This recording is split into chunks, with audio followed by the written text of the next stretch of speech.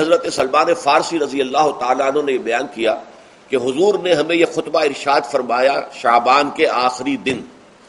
میں سب سے پہلے اب آغاز کر رہا ہوں اسی خطبے کے ان الفاظ سے کہ جو یہاں پر درج ہیں، آپ بھی اس کی متن پر نگاہ رکھیے.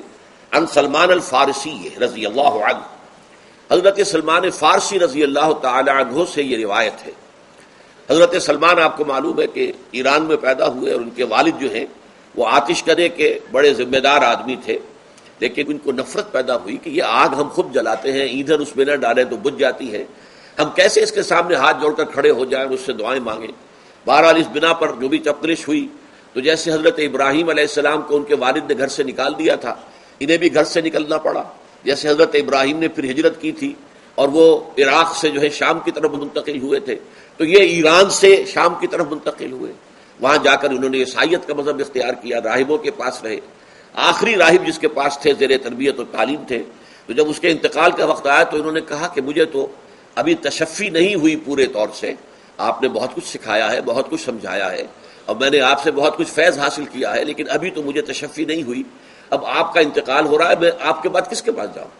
تب اس نے کہا کہ میرا علم مجھے بتاتا ہے کہ نبی آخر الزمان کا ظہور اب قریب ہے اور وہ جنوب میں کھجوروں کی سرزمین میں ہوگا، تو تم جاؤ، ٹرائی یور لک، جاؤ دیکھو شاید قسمت تمہیں ان کے قدموں میں پہنچا دے.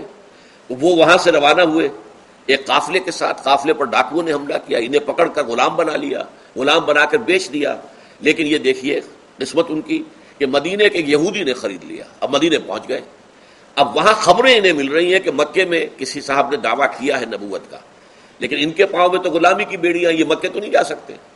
تو میں کہا کرتا ہوں کہ یہ اس شخص کی قسمت ہے کہ جیسے ہم کہتے ہیں کہ پیاسا کنویں کے پاس جایا کرتا ہے، کنواں تو پیاسے کے پاس نہیں آتا، لیکن یہاں کیا ہوا، کنواں چل کر پیاسے کے پاس پہنچا ہے. محمد الرسول اللہ صلی اللہ علیہ وسلم ہجرت فرما کر مدینے تشریف لے آئے.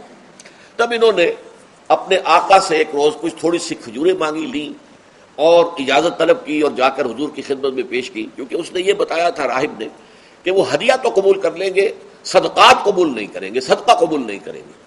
تو اسی امتحان کے لیے جا کر حضور کی خدمت میں وہ کھجوریں پیش کی. حضور نے پوچھا کیا ہے، عرض کیا صدقہ. فرمایا نہیں، میں صدقہ قبول نہیں کرتا، یہ غربا کا حق ہے، دے دو، تقسیم کر دو. پھر کچھ عرصے کے بعد پھر کچھ کھجوریں لی ہوں گی اپنے اس آقا سے، پھر پہنچے. پھر جب حضور نے پوچھا کیا ہے، عرض کیا کہ یہ ہدیہ. آپ نے فرمایا ہاں ٹھیک ہے، ہدیہ میں قبول کرتا ہوں. تو فوراً قدموں میں گر گئے، ایمان لے آئے. اور ان کا معاملہ جو ہے یہ بھی جان لیجئے کہ یہ فقراء صحابہ میں سے تھے جو کوئی کام نہیں کرتے تھے، ہمہ وقت حضور کے ساتھ رہنا. اور اس اعتبار سے حضور نے ان کے بارے میں یہ بھی کہا ہے کہ سلمان و منا من اہل البیت، سلمان جو ہے وہ ہمارے اہل بیت میں شامل ہے رضی اللہ تعالی عنہ. ان کی روایت ہے